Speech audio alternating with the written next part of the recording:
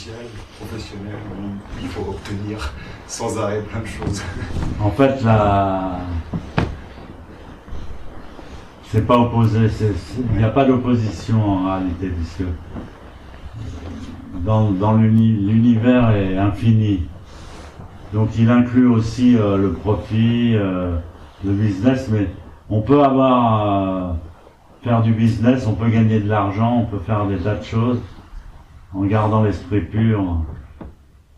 Et on peut aussi faire des choses pures en ayant l'esprit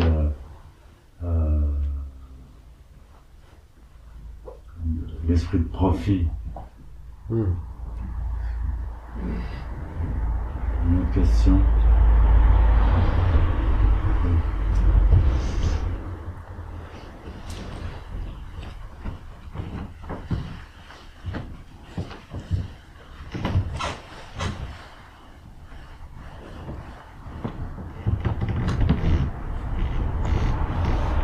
Est-ce que ne rien obtenir, c'est la même chose que ne pas s'attacher?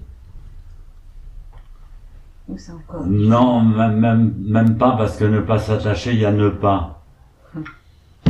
Et ça devient déjà un dogme dès le début, ne pas s'attacher. En réalité, il n'y a rien qui s'attache ni qui se détache. Et il dit simplement laisse aller ton esprit, laisse faire l'ordre cosmique, Maître Deshimaru disait. Laisse faire l'ordre cosmique, ne participe pas, ne t'investis pas, fais confiance. Et en fait, moi je le ressens beaucoup depuis que je suis un peu malade. Et donc, je fais zazen le plus souvent tout seul, et on sent différemment les choses. Mais effectivement, j'ai ma vie avec ces phénomènes, dans laquelle on est plongé, comme tout le monde. Et tout d'un coup, j'ai une force en moi qui veut exploser la porte de mon dojo et aller faire zazen immédiatement. Alors j'y vais, je m'assois, je fais zazen tranquillement. Des fois une jambe, des fois deux jambes, des fois long, des fois court. Et puis quand je ressors, tout a changé. Parfois tout a changé en pire. Mais le pire, il est meilleur. Il est meilleur parce qu'il a évolué. C'est les choses qui évoluent. Et vraiment, le zazen, ça fait évoluer. Et je le ressens vraiment. Alors je suis tombé sur ces phrases. Je les ai mal lues parce que je suis un peu fatigué. Je suis tombé sur ces phrases de Shinjinue. Je les trouvais tellement belles et tellement complètes. J'aurais voulu qu'on fasse une affiche avec. N'utilise pas ton esprit. Dans le zen, on n'utilise même pas son esprit, tu vois. On cherche pas le cœur, on cherche pas quelque chose de spécial. C'est ça que je perds les mots, j'oublie les mots, alors j'ai du mal à m'exprimer. J'espère que vous avez compris. Merci.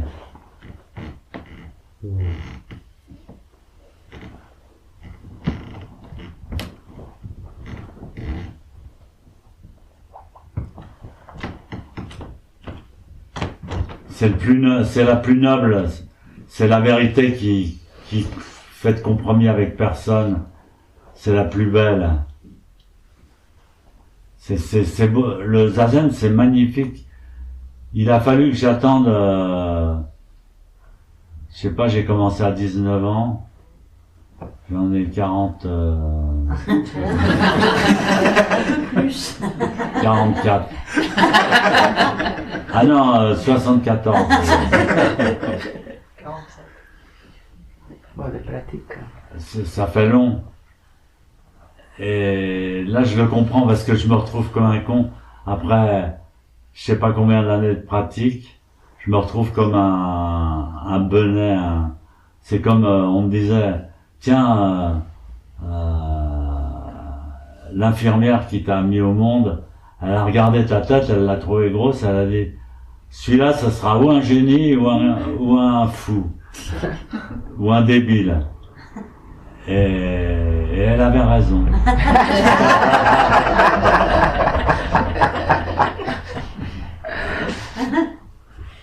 Une autre question?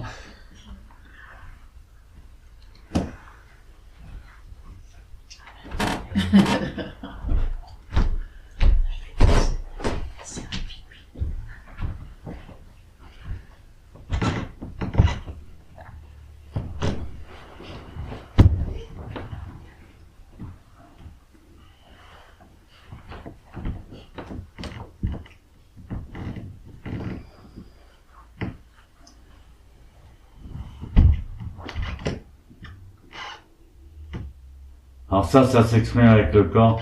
Ce qui est bien, c'est qu'on s'exprime avec son corps. Dans toutes les religions, le corps, il est impur, on le rejette, on le mortifie. Mais dans le zazen, on utilise. Le corps est comme le kessa, on utilise tous les morceaux de tissu. Et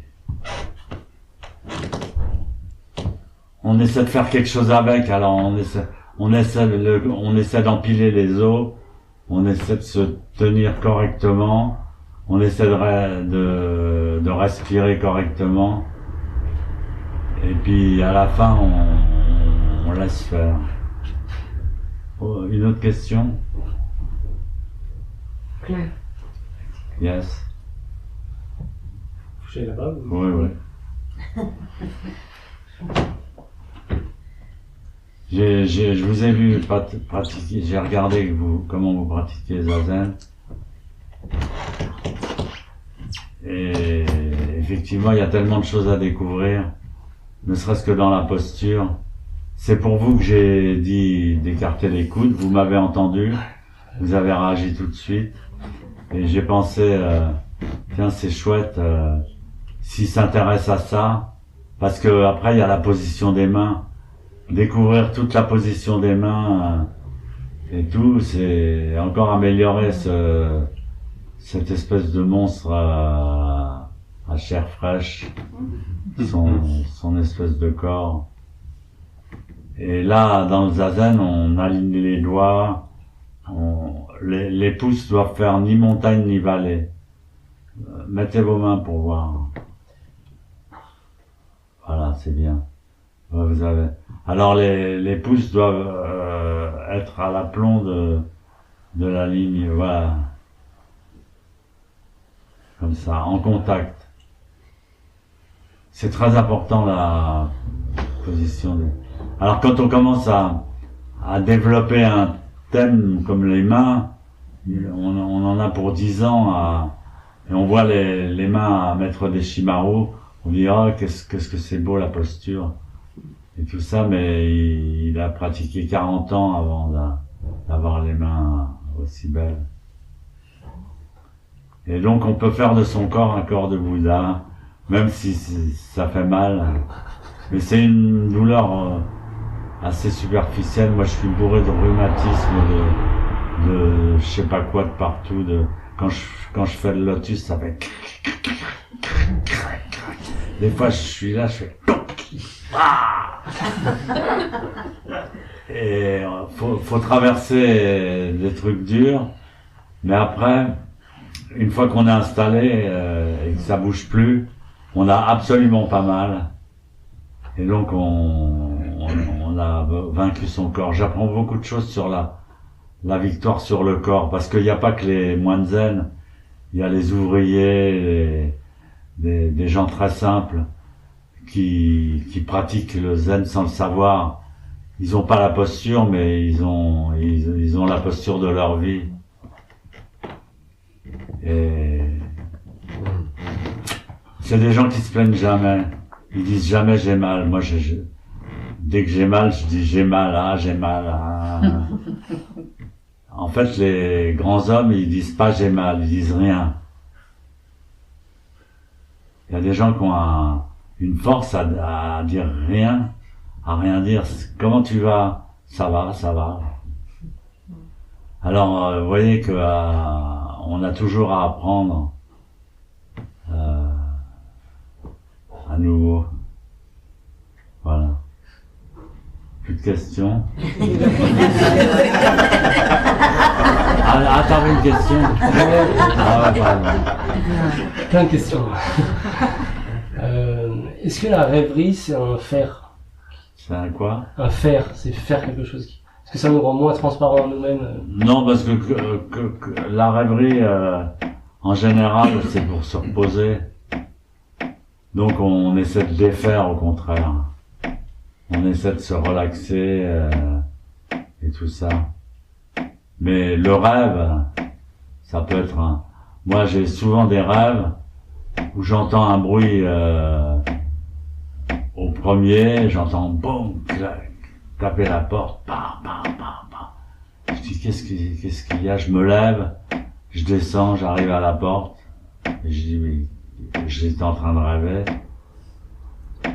Et donc là c'est plus de la rêverie, c'est... L'hallucination. Ouais. En pleine nuit, je m'aperçois que j'ai dû rêver qu'on tapait la porte.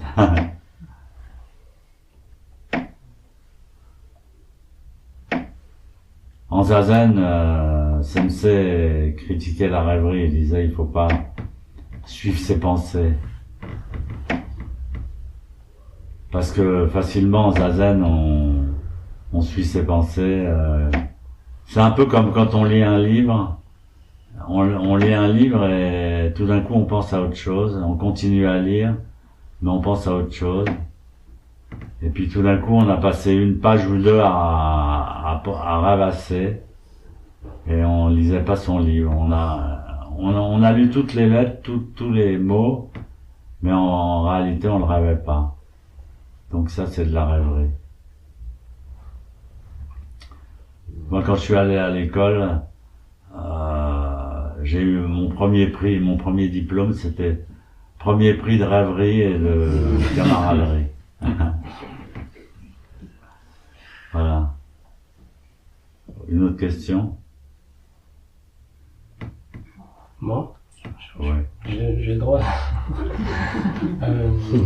Est-ce que Zazen, vous faites une différence entre quand vous êtes assis ou dans la vie de tous les jours, tout le temps? Il n'y a pas de différence, mais quand il n'y a pas de différence, le niveau est élevé, aussi bien dans la vie quotidienne que dans le Zazen. Mais justement, on se rend compte qu'il n'y a pas... Ne pas utiliser l'esprit, ça veut dire qu'il n'y a pas de différence. Justement. Et donc, il y a des gens qui sont pourvus d'une âme beaucoup plus évoluée et qui peuvent très bien ne pas faire Zazen. Et ils sont simplement plus évolués. Il y a même pas de profit de se dire j'ai fait 40 ans de Zazen et tout, et maintenant je vais aller dans mon cercueil.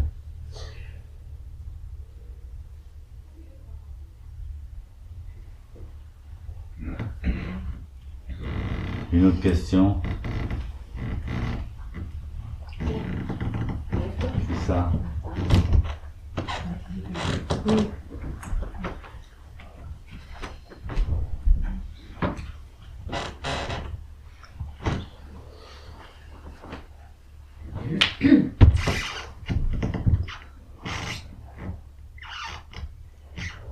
Quand on devient sensible, si on devient plus sensible, comment on continue à pratiquer? Ça dépend sensible à quoi.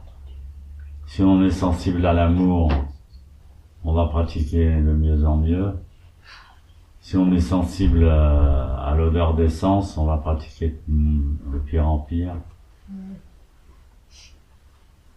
C'est pas mal parce qu'il y aura bientôt plus de pétrole. Ouais. On ira en chercher sur Mars.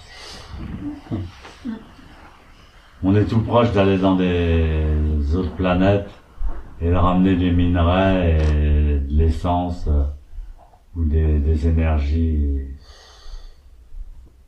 peut-être fossiles. l'énergie renouvelable, ce serait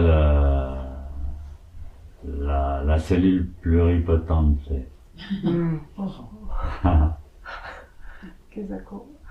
La cellule souche. C'est cellule zygote. Zygote. Je connais pas. Zygote. Ouais, zygote. C'est-à-dire le modèle de pureté absolue, toutes les potentialités. Et en fait, dans le cordon ombilical, quand un bébé naît, il faut garder le cordon ombilical du bébé. Normalement, on devrait le garder, chaque famille devrait garder son potentiel génétique et le congeler. Et après, donc, on a des cellules pluripotentes, c'est-à-dire qu'on peut faire des choses avec géniales, comme soigner des maladies. Voilà. Et on a de quoi soigner sa famille. Mais dans les hôpitaux, ou bien ils les jettent, je sais plus si ça se fait encore, mais ou bien ils les gardent. Et ça devrait valoir une fortune.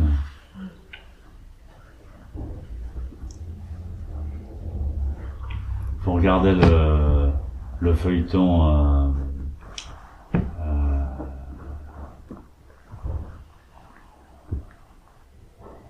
je me souviens jamais du nom.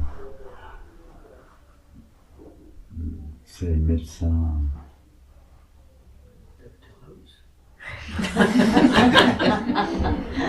Comment là, ah ouais, mais c'est un feuilleton italien.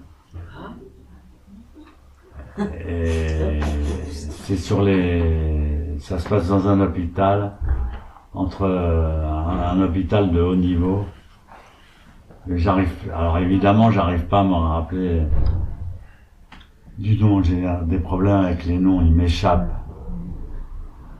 Et pourtant, il y a 3 lettres dans le nom. C'est pas médicaux. Si je m'en rappelle pendant le déjeuner, je vous l'aurais dit. Ça devrait me revenir, faut que je trouve un peu le truc.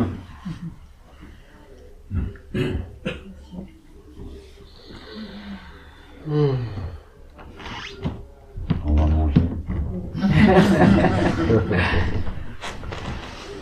Negawaku akonoku doku omote amaneku isaini oyogoshi. Walalato shujoto minato manibutsudo josen koto.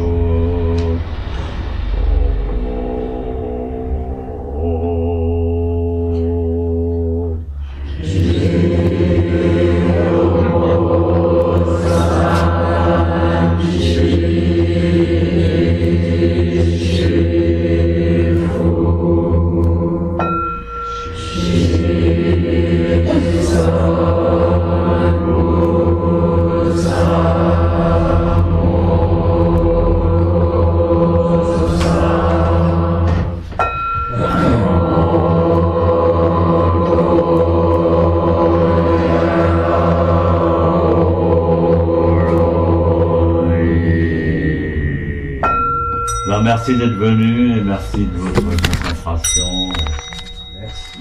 Merci. J'espère qu'on a changé quelque chose inconsciemment. On n'a rien vu. Hein.